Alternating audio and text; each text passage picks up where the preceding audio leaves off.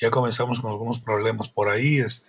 Esperemos no nos vuelva, como dicen, a sacar, por lo menos a mí sí, de esto. Vamos entonces a aprovechar el tiempo. Vamos a dejar un minuto por ahí para que se incorporen más compañeros e iniciamos con lo que tenemos programado para hoy, que era, si mal no recuerdo, terminar lo de los anexos de Lucas Alamán, y luego ya comentar por ahí un par de autores que hacen alusión a su trayectoria, pero sobre todo a su producción como historiador, como historiógrafo, si no es que el más importante historiador del siglo XIX y del tema de la guerra de independencia y de la historia general de México, y lo que se concebía antes como México, como la nación, como la patria, ¿no? Incluyendo el mundo prehispánico. Bueno, vamos a por ahí changuitos de que no nos saque otra vez el sistema, porque sí se está batallando y esperemos esto no se recrudezca ahora con los exámenes, ¿no? Porque va a estar difícil. Bueno, vamos empezamos en un minutito por ahí. Hay un equipo que está pendiente, ya vamos a ver quién es, para que arranquemos con lo. Estábamos viendo datos duros de la economía, de la producción, de la producción en México. Interesante ver cómo fundamentó Lucas Alamán parte de sus escritos, de sus conceptos, y que eso le da cientificidad, le da más valor a su trabajo, y por eso lo ubican pues en un nivel muy elevado los críticos de la historiografía, ¿no? Bueno, por ahí está pendiente un equipo. Según esto, vamos a ver el programa. Adelante, David. ¿Conoce a alguien por ahí? Va.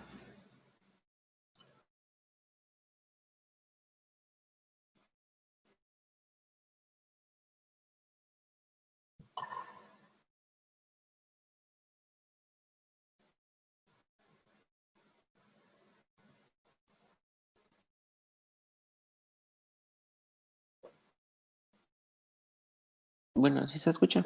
Sí, adelante. Ah, para la participación de la lectura de una vez, ¿verdad? Sí, adelante.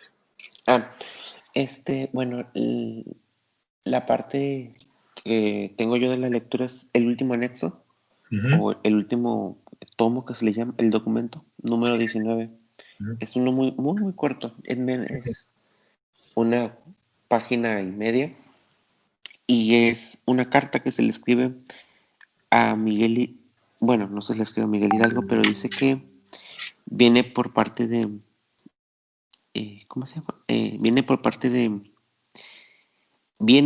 o se le escribe, perdón, a Ignacio Allende y a Miguel Hidalgo, donde les cuentan cómo está la situación en Jilotepec y en Ixmiquilipan. Ixmiquilpan. Ese, ajá. Se les cuenta, les dicen cómo están los indios flecheros, la situación, dónde están los gachupines en Huichipán. Y lo que me llama mucho la atención del texto es que tiene muchas abreviaturas, que al principio yo no entendía cuáles eran, pero después de leer varias veces el texto me di cuenta que, por ejemplo, decía VDS, y yo decía, pues, ¿qué es eso? Pero pues, era la abreviación de ustedes. Sí. Que a veces hay problemas con los tipos de la imprenta, ¿no? Que no había suficientes letras y pues se tenían que sustituir, ¿no? Sobre todo la J, la X, la G. Todo. Adelante. Sí, y básicamente es una carta que escribe, no entendí quién lo escribía, porque no dice una parte que dice, aquí está, el comandante José María Anaya, Ujú, y al final pone una postdata que dice, conteste usted de primero de palabra. ujú. Por lo general, a veces en el siglo XIX, quien lo mandaba venía al final, ¿verdad? Luego se Ujú. repiten los papeles, ¿no? Y sobre todo porque este es como una especie de sumario, ¿verdad? No es la carta como se publicó, sino como la adaptó Lucas Alamán, ¿no? Adelante. Sí, y lo que también cuenta es la situación que está en la zona. Nos Ujú, cuenta dónde vienen los gachupines, dónde están los indios. ujú. Es como eh, darle información de la situación en el terreno a Miguel Hidalgo y a Ignacio Allende. Básicamente es lo único. Es como Es, parte de guerra, ¿no? ajá, porque pues es menos de 2 páginas. Realmente es muy corto. Y En sí, es una región muy no inhóspita, sino muy tupida, como se dice, esta parte que usted menciona, con muchos valles y cordilleras, entonces pues es un espacio difícil para controlar, ¿verdad? Que se presta mucho para las emboscadas, para las guerrillas, ¿no? Adelante. sí, y pues es básicamente lo que es todo porque el texto es como 1 página y media, Ujú, pero la carta en sí es 1 página y el resto son anotaciones que se le hacen. ujú. Es muy corto, Pero, no bueno, sé. pero rico en información, ¿no? Que nos habla de cómo está Ah, ahí. sí, nos cuenta todo cómo están, dónde están los indios, Ujú. dónde están los gachupines, cómo está la situación en Ixmiquilpan, en Jilotepec, y incluso nos habla un poco de Juchitlán, dónde están. Sí. Que era la antigua ruta de México, Veracruz hacia acá, ¿no? Hacia Tampico, más o menos. Ujú. Pasaría a cruzar, bueno, todavía la carretera cruza muy inhóspito y muy bonito, pero con muchos precipicios y si llueve, pues en lugar de 5 horas haces 10, ¿verdad? Todavía lugares muy paradisíacos algunos, pero sí muy peligrosos en cuanto a infraestructura, ¿no? Muy bien. Bueno, y entonces ese era uno, pero de su equipo no sé si faltaban más personas. Sí, faltaba una persona, creo. Sí, porque ya está, nomás terminamos con usted. Muy Ujú. bien, Sí, estaba yo, maestro. adelante, adelante. En los anexos que yo estuve revisando, el primero es una lista sobre los diputados Ah, mire. de las provincias. Y lo interesante en la lista es que, bueno, es muy brevemente, ¿verdad? Lo que pone el autor, pero sí viene una pequeña nota sobre cada diputado, sobre algún aspecto de su vida o, o de su vida profesional, ¿Y acá cómo donde andamos? sí, dónde nació, dónde murió, o si muchos de ellos eran clérigos, dónde recibió las órdenes, o en qué parroquia desarrollaba su ministerio. Fíjese, pues todo un perfil, ¿no? La verdad que sí, porque pues es como una guía, ¿verdad? No solo de quién es el que está en el cargo, sino también qué es, qué hace o qué ha hecho. Ujú, Hay en algunos en los que, por ejemplo, pone, ignoro su carrera anterior. ujú. Tal vez no de todos tenía los datos, pero sí de la mayoría.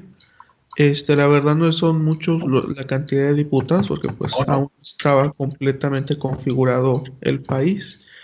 Sí. Por Nuevo León, déjeme ver quién era el diputado de nosotros.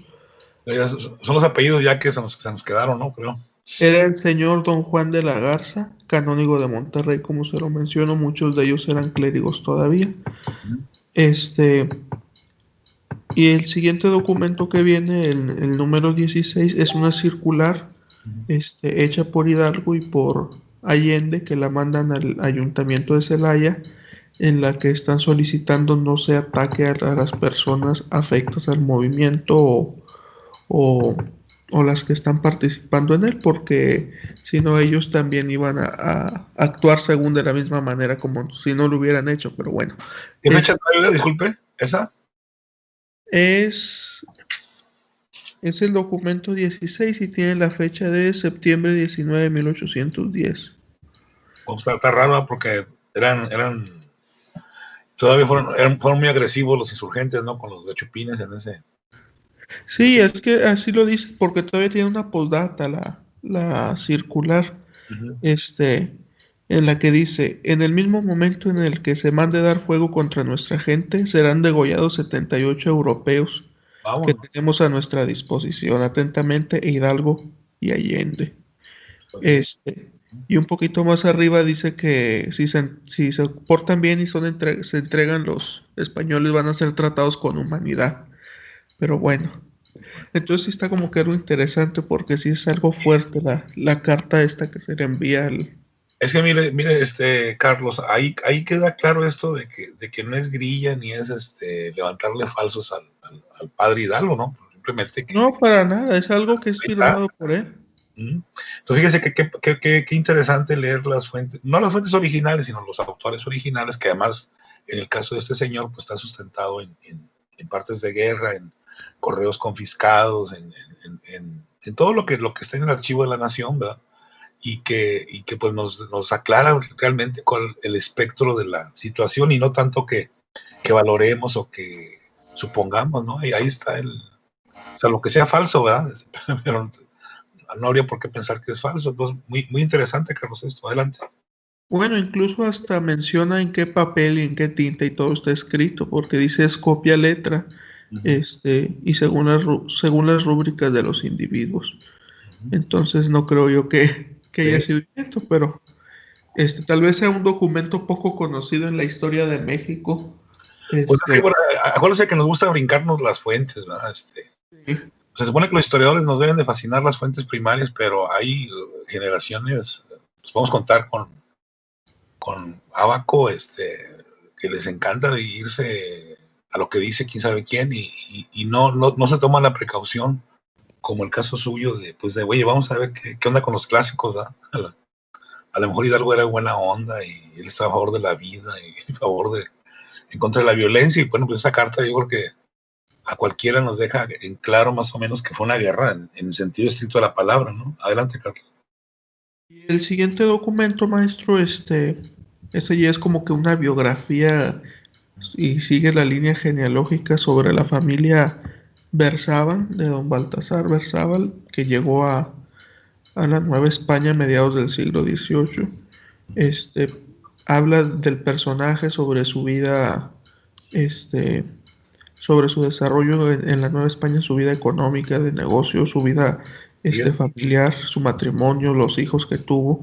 Pero lo interesante de este documento es de que el personaje, o sea, son personajes, tanto él como sus hijos son personajes muy preclaros que participaron en algunas batallas, otros fueron a España y se dieron de alta en los ejércitos en la península. Este personaje al parecer aquí dice que estuvo en la batalla en la toma de la Alhóndiga de Granaditas. Y luego también viene el historial sobre los hijos que también participaron en varias batallas y creo que llega hasta los nietos. Bien. Entonces es muy interesante porque pues es una familia muy ilustre en este sentido. Va mencionando, por decir, después de un hijo de él, de Diego de Barzábal, dice que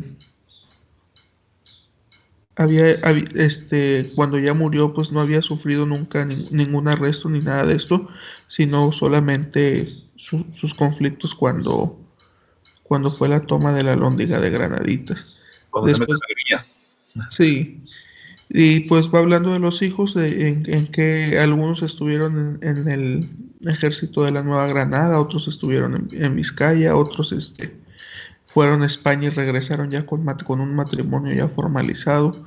Entonces sí es un poco interesante porque pues aborda no solo los temas de la macrohistoria, sino también la microhistoria de cada personaje de estos que contribuyó a la causa de la independencia. ¿No? Y interesante como, por ejemplo, ver que bueno, es gente de la clase media alta, y como todos ellos, pues su marco geográfico pues, son todos los reinos de España, no nada más el centro del país, sino que andan en diferentes lugares y sobre todo andan haciendo carrera política, carrera militar, eso es lo interesante y la mayoría pues son criollos, ¿no? En buena parte. Sí, y aparte como que aquí es interesante trae una notita al final que nos pone el autor donde nos dice que toda esta información le fue facilitada por otra persona que es amigo de él. Ujú.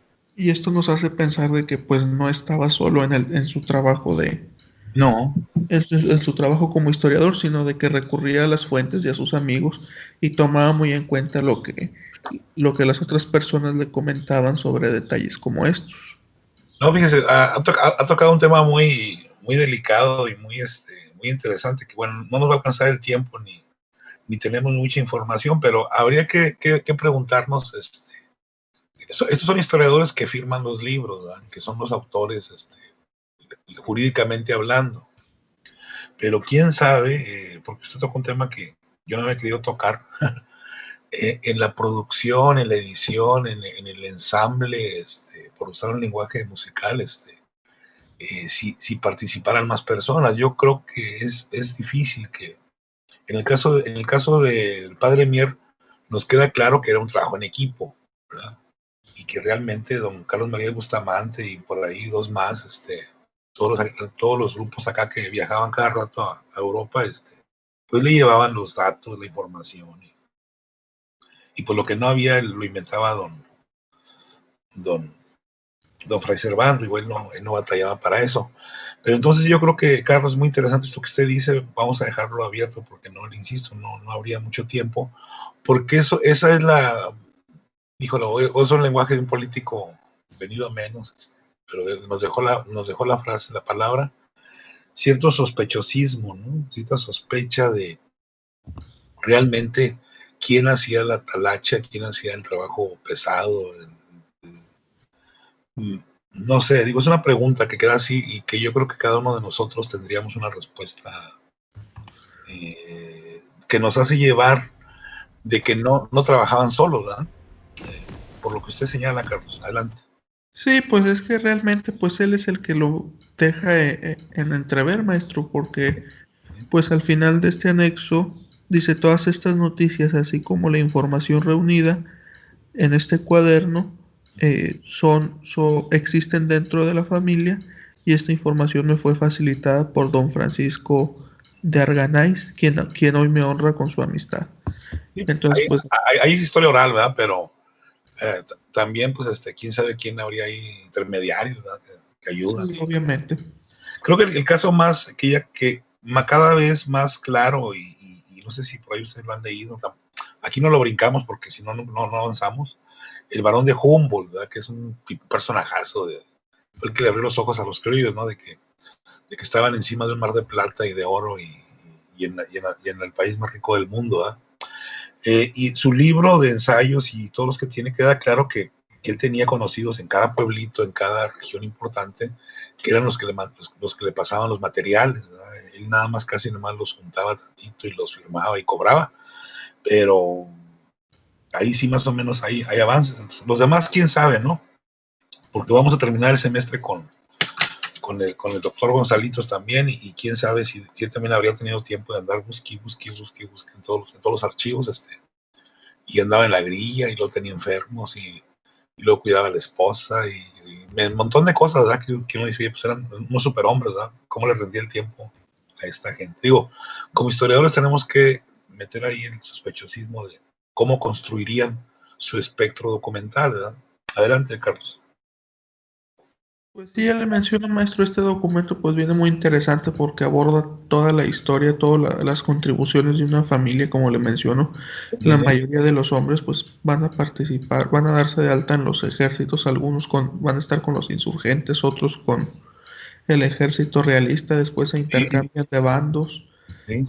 Y también menciona sobre el papel de las mujeres de esta familia cuando los hombres de la familia eran aprendidos, estaban ellas intercediendo o este, promoviendo favores en cuestión a sus parientes para que no fueran ejecutados. Es lo que va mencionando. Muchas veces uno no toma en cuenta o no conoce de que hay familias como esta que son muchos los personajes que contribuyeron ya sea de un bando o de otro en la historia Sí. de nuestra nación.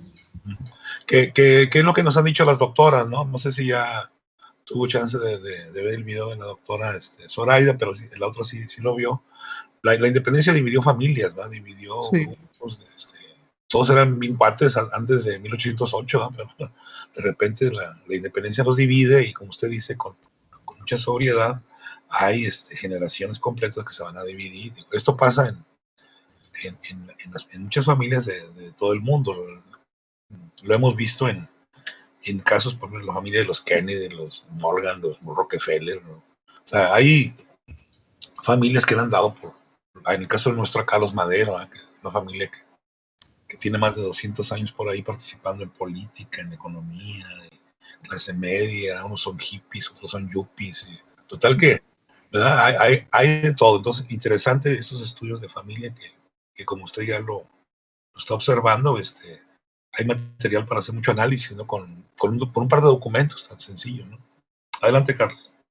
La verdad que sí, maestro, tiene razón en esto de los análisis y a veces pareciera que los documentos no tienen relevancia alguna, pero pues ya cuando lo comparas con lo que ha pasado, sucedido, pues ves que sí es un contribuyente, aunque sea pequeño, pero sí importante dentro de algún hecho histórico o acontecimiento. El documento ahí está, nomás hay que preguntarle, ¿verdad? Pero si no le preguntamos, si queremos que él nos diga por su propia voluntad, pues vamos a hacer la misma generación de toda la vida, ¿no? Que dice, dijo y cuando el documento dice más cosas de las que están ahí establecidas, ¿no? Cuestión de que uno lo compare.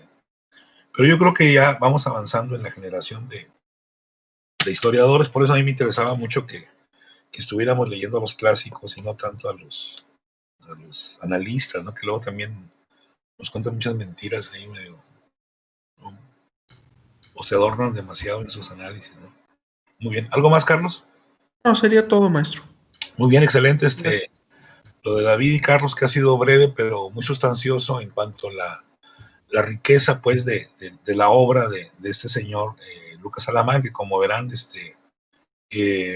todo eso que se señala ahí podría decirlo en el 2020 y no nos parecería un trabajo arcaico, pero bueno, es lo interesante de los trabajos que llegan para quedarse, que llegan para, en este caso, la obra de él, pues, junto con la de Carlos María de Bustamante, que aunque los críticos digan que no es así, conste que estoy subrayando que alguien podría decir que estoy equivocado, son de alguna otra manera los que se van a hacer de referencia para seguirlos haciendo los estudios sobre el 19 en general y la independencia en lo particular. Muy bien, ¿alguien más del equipo por ahí? No sé, pero faltaba una persona.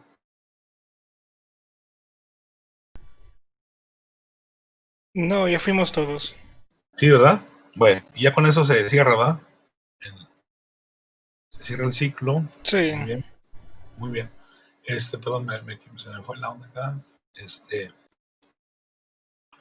Bueno, entonces ya terminamos el equipo 6, agradecemos su participación. Muy bien, muy bien analizado en tiempo preciso.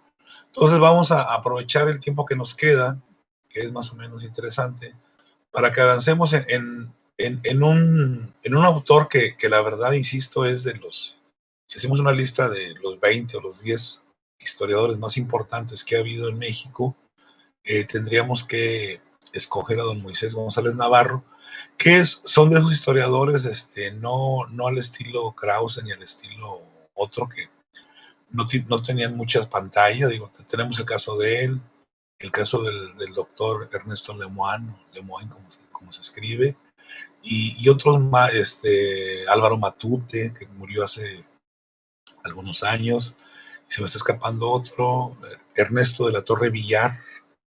Son historiadores muy, muy importantes que si la clase fuera de 3 semestres, lo estaríamos viendo en el tercer semestre, y que pues no tienen las luces que se les da, o la pantalla que se les da a gentes como Luis González y González, Daniel Cosío Villegas. Pero es toda esa generación tan importante donde ya hay que incluir a la doctora Zoraida Vázquez y otros más. Pero quien leyó habrá visto que son los historiadores que tienen las dos cualidades, la capacidad de síntesis y de análisis, pero sobre todo algo que no debemos descuidar en el caso de ustedes, la capacidad de difusión.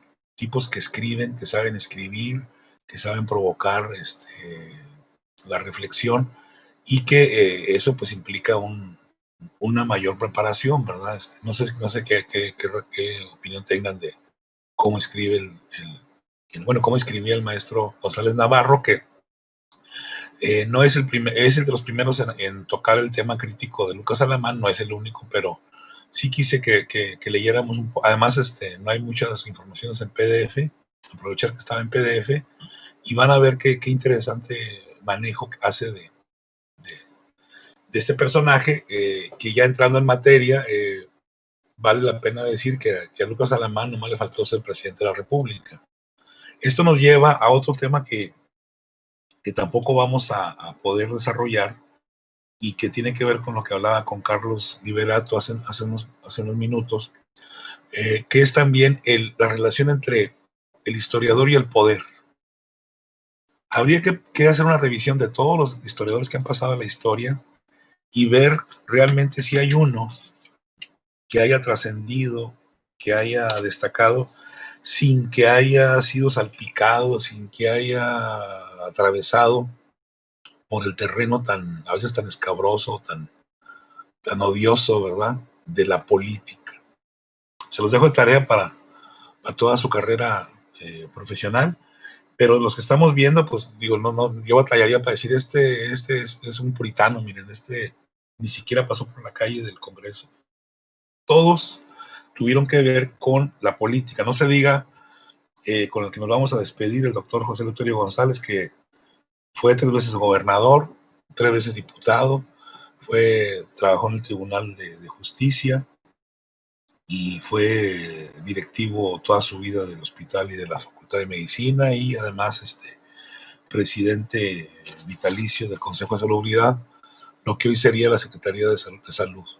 Y dicen sus biógrafos que no le gustaba la política. Imagínense si le gusta, pues que quizá que hubiera pasado. Entonces, en el caso de Lucas Alamán, vamos a encontrar un tipo que jugó un papel importante, lo que estábamos viendo ayer en historia, en la cuestión de la diplomacia, como, vamos a decirlo, como un embajador actual, pero allá eran ministros del interior, ministros del exterior, que además genera toda una plataforma política para la industrialización. ¿Sí? Él es de los personajes que están porque México se industrialice, que se supone que eso es parte del liberalismo, según mi ignorancia, y pues no, entonces resulta que es conservador, así que ahora sí me hice bolas, ¿verdad? Pero bueno, espero ser yo el que esté equivocado y no los que dicen que era conservador, pero allá el concepto de cada quien, ¿verdad? Bueno, a mí no me dan caso, vamos entonces a que nos platiquen ustedes. Ahora sí es abierto, ya los equipos ya dejaron de participar. ¿Qué podemos decir sobre González Navarro en torno a este personaje que hoy nos ocupa, Lucas Alamán? Él habla de sus antecedentes, de la familia que es, una familia venida menos, lo cual también es digno de reconocerlo, ¿no? Después de ser las familias más acomodadas, va a entrar en declive. Nunca fue miserable, pero sí tuvo problemas financieros al final. Bueno, en la política me supongo que se recuperó, y por eso él está que ese es el otro tema. La gente cuando entra a la política, ¿para qué entra? ¿Sí? No es para robar necesariamente, es para otras funciones que quedan muy marcadas, muy claras, tanto en Lucas Alamán como en el doctor José Eleuterio González, que ya lo veremos la próxima semana. Bien, pues adelante. Vamos a ver qué les gustó de González Navarro, que pudiéramos comentar. Y ya la próxima clase hablamos sobre la otra lectura de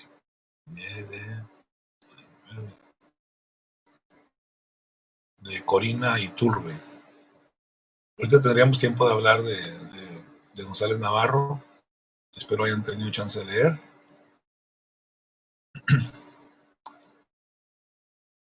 Así que adelante, uno por uno.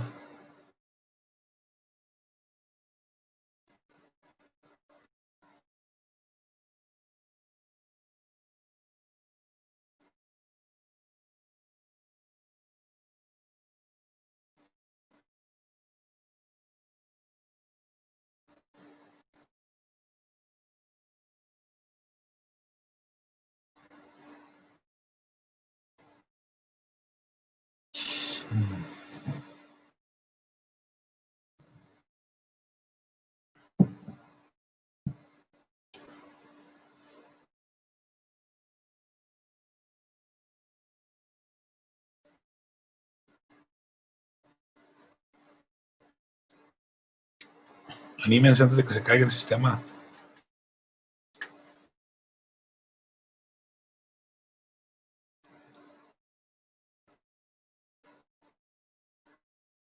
Pues tenemos ahí cuatro temas, y luego vienen los apéndices o los llamados donde habla de las obras. En materia de historia, él básicamente tiene dos trabajos importantes. Sin embargo, el que nos ocupa es el de la famosa historia de México, y también tiene otros par de trabajos que han merecido el análisis particular, que también son libros de historia, que creo publicó antes de este libro de historia de México.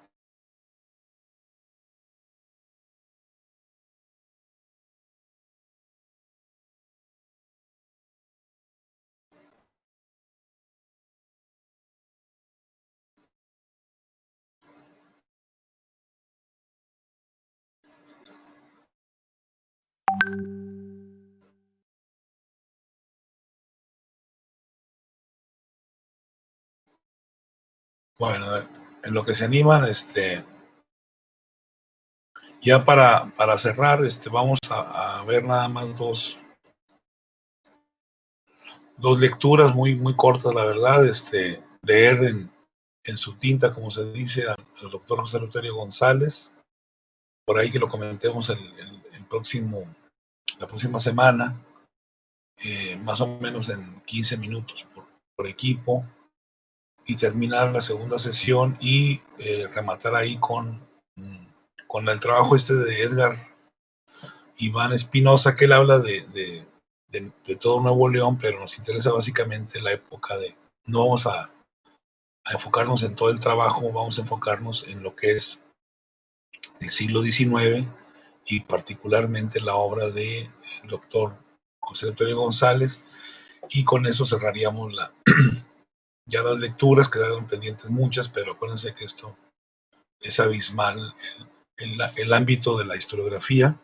Si a eso le sumamos la historiografía prehispánica, novohispana, no, todo lo que se ha publicado en el siglo XX, pues realmente no, para un semestre es difícil, ¿no? Ver todo eso.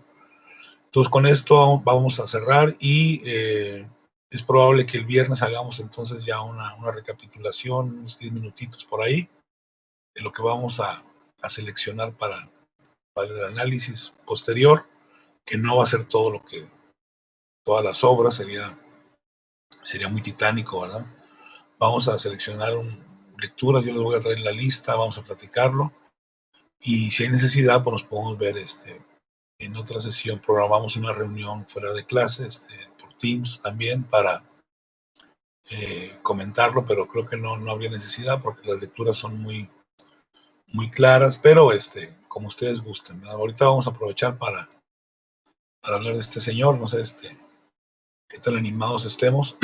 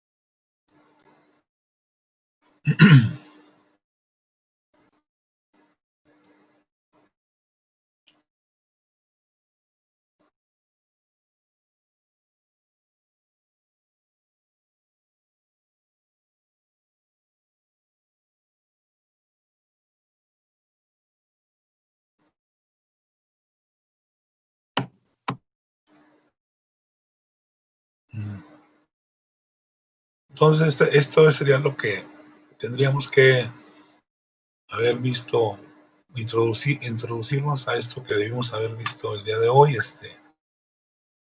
Léanlo si no lo han leído. Perdón, profe. Adelante. Sí, esa lectura es la de Lucas Alamán que pidió la clase pasada. Sí, esa, mira. Es que estaba viendo aquí. O sea, esta la debemos de terminar de ver el 3 de diciembre. Es esta semana. Y la otra semana está lo de Gonzalitos y pues ya se acabó, ¿no? Ya se acabó todo. Ok. Sí, es que estaba viendo que la dejó de tarea y dice vence el 3 de diciembre del 2020, nada más que, bueno, personalmente yo había entendido que le íbamos a ver empezando. No, lo que pasa es que el canijo sistema me pide fechas, ¿va?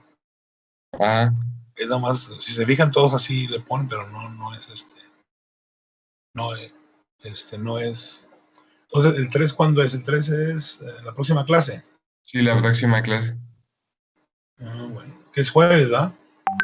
Es sí. Bueno, pues si pasó así, pues podemos entender, entonces, Y creo que por eso la mayoría nos confundimos. bueno, vamos a pensar que siempre hay que pensar positivo, ¿verdad? Bueno, Sí. pues entonces aprovechemos porque la idea es que nosotros comentemos, vamos a estar más apretados, entonces, como quiera teníamos programadas las 2 semanas para el análisis, ¿no? de la obra. Entonces, va a estar apretado porque yo quiero dedicarle unos 10 minutitos por ahí a lo de que hagamos un corte de caja. Igual lo podemos hacer el próximo martes, ¿verdad? Ya cuando y lo corremos entonces el corte de caja para la próxima semana, y ya que tengan todos sus lecturas que vamos a utilizar, o sea, no son todas, ¿verdad? Y seguimos entonces con eso. Bueno, espero su visión sea la de todos por ahí, que yo sí les creo. Lo que pasa es que el sistema me pide que ponga fecha, entonces tengo que ponerle una fecha a veces así nomás arbitraria, pero vamos a pensar que hubo esa confusión y entonces no quiero perjudicarlos por ahí. Pues vamos a ponernos a leer ya el tiempo que nos queda. Y la próxima clase entonces le tupimos duro a esto. A lo mejor vamos a brincarnos algunas cosas de este señor y vamos a quedarnos sobre todo en esta parte, les encargo por ahí, que sería entonces, ya no vamos a decir que fue quién sabe qué, que fue ministro de quién sabe qué, ya vamos a darlo por sentado, digo, eso lo podemos leer cada quien por su cuenta. Vamos a leer propiamente su visión de la realidad, en este caso el pensamiento filosófico, y en particular lo que es el conocimiento histórico, por qué dicen que él es el más fregón, ¿verdad? Y la visión de sus contemporáneos, qué dicen de él los famosos liberales, qué dice don González Navarro, y creo que ya con eso estamos del otro lado, un poco comentar los apéndices, que ya ustedes hablaron de algunos de ellos, sobre todo los anexos, que estuvo muy interesante lo que nos dijeron, y dedicarle, no sé, una media hora al trabajo de Corina, porque Corina es igual que el otro libro, el otro texto que les comenté. Aquí nada más vamos a enfocarnos en Lucas Alamán, porque ella comienza hablando de un montón de autores de historiografía general, que es importante que los leamos, pero ella lo utiliza como soporte. Nosotros vamos a ir directos al grano. Entonces también en el tema de la obra, principalmente de su historia de México, porque acuérdense que él tiene por ahí 3 o un par de trabajos de historia, pero nos interesa básicamente su historia de México, algo así como el padre de Mier, que también tenía varios trabajos, 3 trabajos también, pero a nosotros nos interesan también el libro de historia, no tanto sus memorias ni sus pronósticos por ahí, que también han sido muy trabajados por los historiadores. Entonces pónganse a leer, por favor, chequen bien si tienen ahí el material. Ahorita voy a checar la carpeta a ver si no hubo por ahí algún desbarajuste. Y está la del pensamiento político. Sí. ¿Está? Bueno, ya me ahorró la gracias. Vuelta. Y el de Corina, quizás esté, ¿verdad? No, ahorita checamos. Sí, ese sí no lo he visto, no sé, apenas revisarlo. Bueno, entonces déjame checar eso, y ustedes pónganse entonces a darle un repaso a lo de González Navarro. Entonces vamos a clavarnos en la parte. Como quiera lean, ya no vamos a ver la biografía ni la semblanza, que era muy interesante, aunque bueno, ya todo el mundo se la sabe, ¿no? O más o menos no la sabemos, leanla como quiera, pero vamos entonces a entrar en materia para que nos alcance el tiempo y comentar también lo que dice Corina Iturbe sobre Lucas Alamán. Ahí se habla de varios, de todo el siglo XIX, pero nos interesa sobre todo lo que dice sobre Lucas Alamán y en lo particular. Bueno, muy bien, entonces ahorita como quiera checo lo que esté el trabajo de Iturbe, para que no tengan problema. Ya corroboramos, Elías, que sí está el otro, ¿no? Muy bien. Pues entonces pónganse por favor a leer. Vamos a aprovechar los últimos 10 minutos por ahí para que se pongan de acuerdo por ahí, que lean, y nos vemos entonces en la próxima clase con el tema ya de Lucas Alamán, de acuerdo a los analistas, de acuerdo a los teóricos. Muy bien, entonces ahí disculpen el desaguisado por ahí. A veces las fechas son importantes para las tareas así de cierre, ¿verdad? Muy bien. Entonces las de Gonzalitos es para la próxima semana, entonces no vayan a pensar que es para enero, ¿eh? Entonces, vamos entonces a dejarlo así, y nos vemos entonces en la próxima sesión. Ahorita voy a checar el dato, y por ahí tengo una correspondencia pendiente con el equipo 6, creo, de historia, pero ahorita vemos ahí lo que me preguntaron. Ahorita les contesto, aprovecho el tiempo para... Y no se les olvide por ahí los demás equipos, hacer preguntas, cuestionar cosas de lo que están haciendo del PIA, para contestarles lo más pronto que sea posible, ¿no? Muy bien. Entonces al ratito por ahí el equipo 6, les voy a contestar, y de historia. Y ahorita vamos a ver entonces la carpeta, a ver cómo anda en materiales. Y el próximo martes hacemos entonces corte de caja de lo que vamos a leer y lo que vamos a descartar para la examinación o para la evaluación final. Muy bien. Bueno, pues ahí le dejamos entonces, compañeras, compañeros. Y chequen su carpeta. Ahorita voy a checar también para que estén disponibles los materiales. Muy bien. Bueno, pues gracias. Muy interesante lo que vimos, como quiera. Fue muy provechoso, muy sustancioso.